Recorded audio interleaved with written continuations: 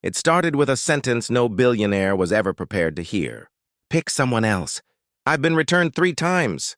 Those 8 words cut through Lucas Hale like glass. The man who built empires with algorithms and steel nerves froze in front of a 6-year-old girl in a wheelchair wrapped in galaxy tape and quiet defiance. He didn't expect his first meeting at a small adoption center in Queens to feel like standing at the edge of a cliff. But that was exactly where he found himself. The city he once ruled from glass towers felt a world away now, replaced by pastel walls, crayon drawings, and the faint smell of disinfectant and hope.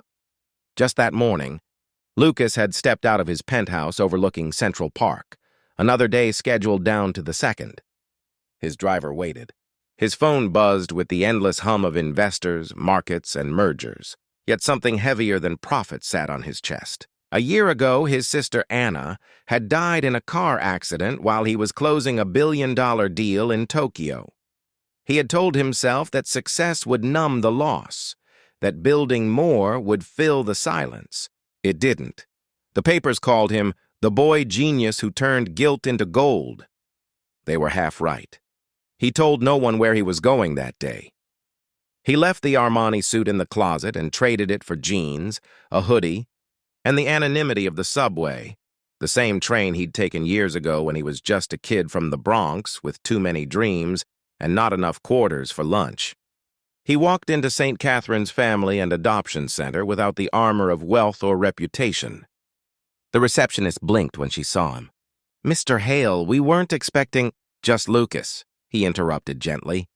"I'm here to meet Maya Rivera, Dr. Nisha Patel, the caseworker, a soft-spoken woman with eyes that had seen both miracles and heartbreak." Led him down a hallway lined with children's art, wobbly houses, rainbow hearts, suns that looked like explosions of love. "She's had a hard time," Dr. Patel said. 3 placements, 3 returns. She's bright, artistic, but she doesn't trust easily. Lucas nodded. He thought he knew about broken things, but he wasn't prepared for the small storm sitting under the sunlit window. Maya was tracing circles on her wheelchair rim with her finger, her curls tangled in defiance, a worn turtle plush resting on her lap. She didn't look up when he entered. "Hi, Maya," he said softly. "I'm Lucas." She studied him without lifting her head, eyes flicking from his sneakers to his hands to his face. "They told me you build things," she said. "Apps or robots or something?" "I build ways for people to connect," he replied. She shrugged. "People always connect. Until they leave." Her voice wasn't bitter. It was weathered, matter of fact. He wanted to say something comforting, something wise. But the truth was, he didn't have words big enough to fill that kind of emptiness. "Do you mind if I sit here for a bit?" he asked. She gave a tiny nod. They talked about turtles, clouds, and how the night nurse played old jazz songs that made the walls feel less lonely.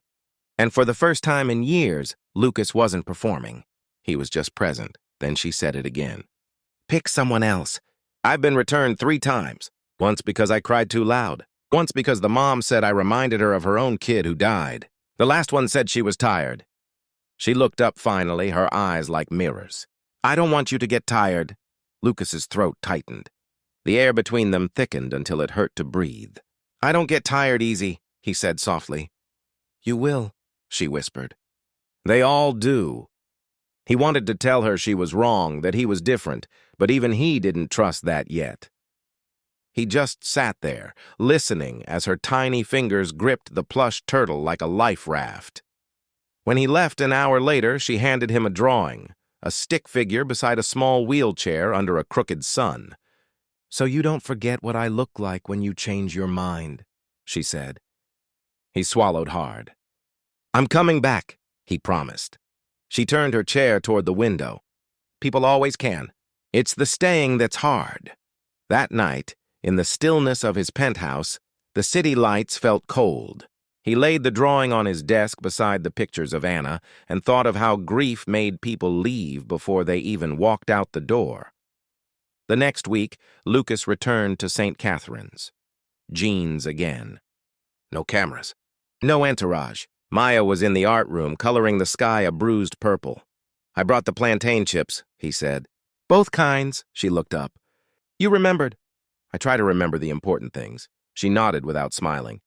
People forget faster than they promise. He sat beside her, careful not to interrupt. She drew a house with an open door. No people inside. He didn't ask why. He just picked up a pencil and drew a turtle with a superhero cape. She glanced at it, lips twitching almost into a smile. From the doorway, Dr. Patel whispered to an aide, "She's never smiled for a visitor before." Over coffee later, the doctor explained, "She has spina bifida. 3 families couldn't manage her care. Too expensive, too unpredictable." She stopped calling anyone mom after the second return. Lucas nodded. "Teach me." The care, the routines, all of it. Over the next few weeks, he did exactly that. He showed up for therapy sessions, learned to adjust her wheelchair harness, to distract her when the stretching hurt. He read her medical notes at night, trying to decode the language of hospitals and hope. Slowly, she began to let him in, not through words, but through the small things, allowing him to push her chair, handing him her crayons, humming softly when he was near. Their first outing was to Central Park. She wore a wide-brimmed hat that kept slipping, and every time he fixed it, she pretended to be annoyed but didn't stop him. They ate ice cream near Bethesda Fountain. A saxophonist played nearby, the tune soft and soulful. "That song sounds like walking," she said. "Maybe one day you'll dance to it," Lucas replied. She gave him a look sharp enough to cut through pretense. "Maybe you'll stop trying to fix things that aren't broken." He laughed. "Touché." When her wheelchair tilted near a curb, she froze, terrified. He steadied it quickly, crouching beside her. "You're safe," he whispered, her voice cracked. "Don't say that word. Everyone says that before they go." He stayed silent for a beat, then quietly said, "Okay, no promises. Just ice cream." That day, she hummed as they returned. At night, Lucas emailed his board of directors. "I'm taking an indefinite leave to work on something real." The response was chaos. He didn't care. He was done being an image. He wanted to be a man who stayed. The weeks turned into a rhythm, therapy, stories, laughter that slowly dared to return. Maya began asking questions. "Do you ever get scared of the dark? What's your favorite smell?" And then the one that shattered him. "If I can't walk, do you still think I can dance?" He knelt beside her. "You already do." The headlines came next. "Billionaire plays savior at adoption center." Photos leaked. Him pushing her chair, her smiling faintly in sunlight. The internet tore it apart. Publicity stunt. Redemption project. Lucas tried to tune it out, but the noise found him anyway. When Dr. Patel called that night, she said only, "She saw the news." She asked if you were famous. What did you tell her? That you used to be. It was the kindest truth he'd ever heard.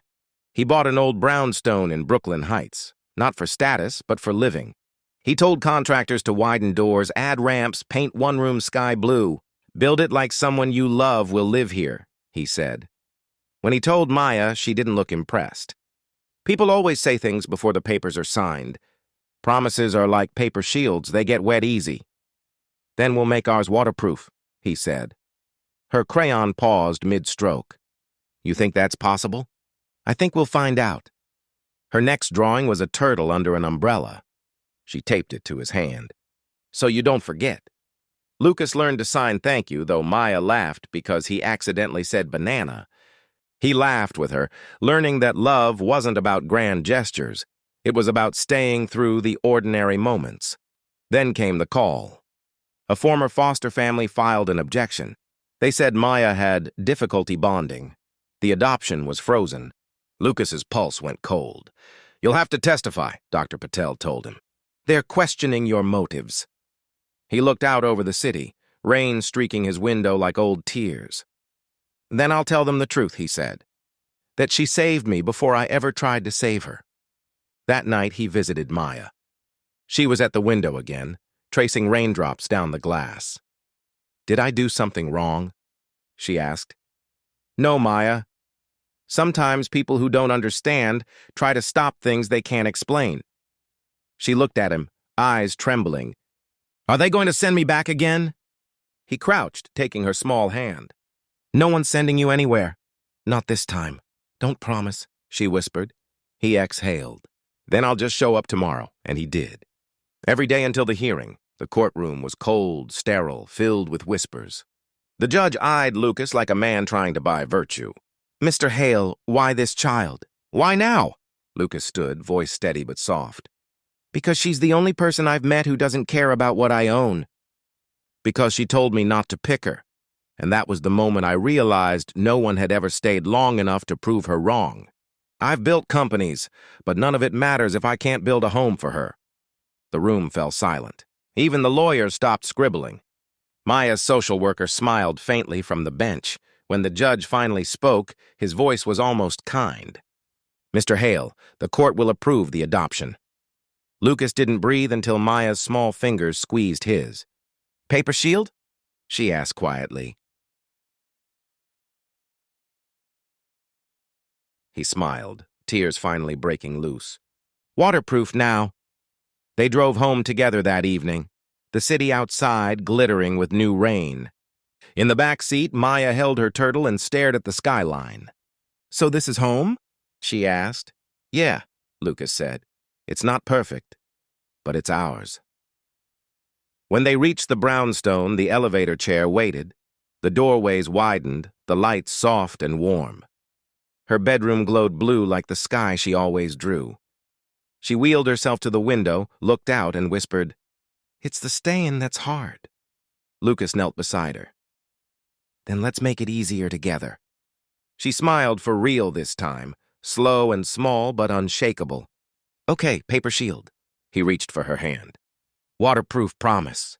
And as rain drummed softly against the glass, the man who once built empires out of steel and code finally built something that mattered.